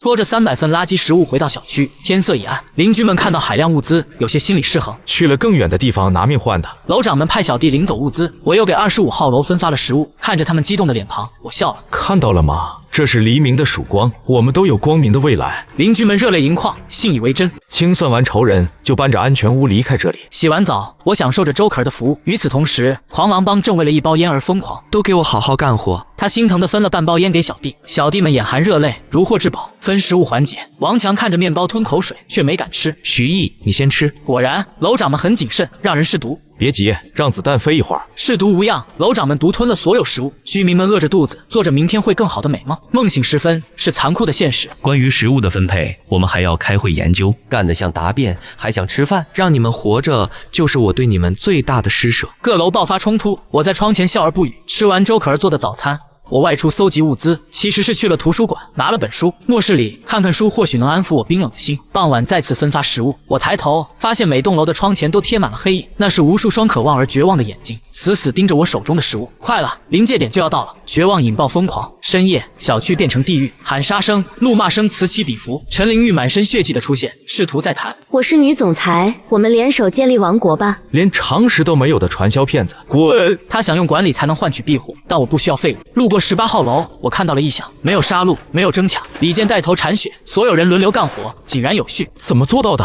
我们将那点食物平分了，我们不想变成野兽。多么高尚的理由！我转身离开，回去的路上遇到了王强和黄天放，我对他们放许诺，以后给你们带中华和白酒。糖衣炮弹果然有效，2人瞬间沦陷。张哥仗义，以前是我小人之心了，救命之恩，以后我这条命托付给你。回去路上，他们自我攻略，要么觉得我是厚道人，要么觉得我怕了。总之，戒心全无。在图书馆看了一下午书，我像个耐心的猎人。傍晚分物资，王强和黄天放亲自来了。为了独吞我承诺的好处，他们迫不及待，连1号楼长也凑上来讨要香烟。看着这一张张贪婪的嘴脸，我笑了。贪婪是会传染的。楼长们纷纷索要香烟、槟榔、白酒，我假装无奈答应，心中却在冷笑。收网时机已到，内耗导致对方减员严重，再拖下去只会让他们恢复体力。就在明天，一切顺利的出奇，让我有些不安。25号楼的内鬼还没找到，对方是否也在等机会？管你们有什么阴谋，我有枪，有堡垒，这就够了。回到小区，由大叔持棍护在我身旁，李成斌和江雷守在两侧。我看了一眼江雷紧绷的侧脸，本能的往后退了2步，缩入人群最后方。各楼代表陆续到齐，贪婪的盯着地上的烟酒。我眯眼假笑，大家按顺序自己来拿。21栋。王强低头走出人群，我弯腰去捡物资袋，正要丢过去，王强突然大喊：“动手！”图穷匕现。王强猛地掏枪，黑洞洞的枪口直指我眉心。侧前方一道身影疯了般扑来，刘大叔替我挡下了3颗子弹，重重跪倒在雪地里。我猛地抬头，四周全是獠牙。王强举着枪，黄天放抄起菜刀，就连身边的保镖李成斌和江磊也反水冲向我。这是一场精心策划的围杀。江磊怒吼，铁锹照着我脑袋狠狠砸下，我顺势在雪地狼狈翻滚，躲入雪地摩托后。在起身时，我手中凭空多了一把漆黑的突击步枪，子弹早已上膛。冲锋的人群表情从狰狞瞬间变成惊恐。步枪，他有步枪，快跑啊！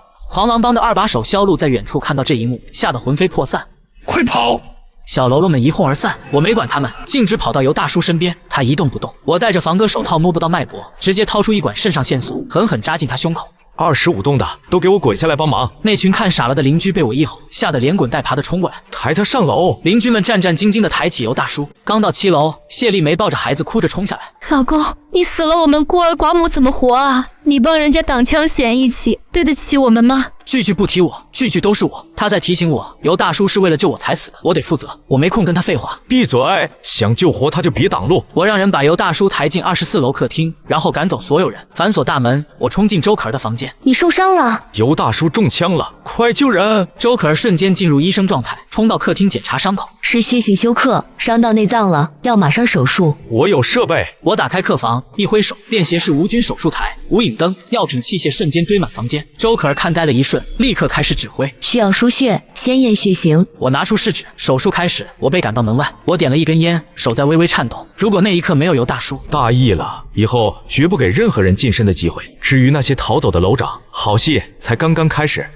张毅，我老公他不会有事吧？放心，有周可儿在，我会尽全力救活尤大叔。他要是有什么三长两短，我也不想活了。我不接茬，眼神冰冷。他见我不上套，干脆一咬牙，直接把怀里裹得严严实实的婴儿往我面前一递。张毅，但我求你看在我老公的份上，万一他走了，帮他照顾好孩子，求求你。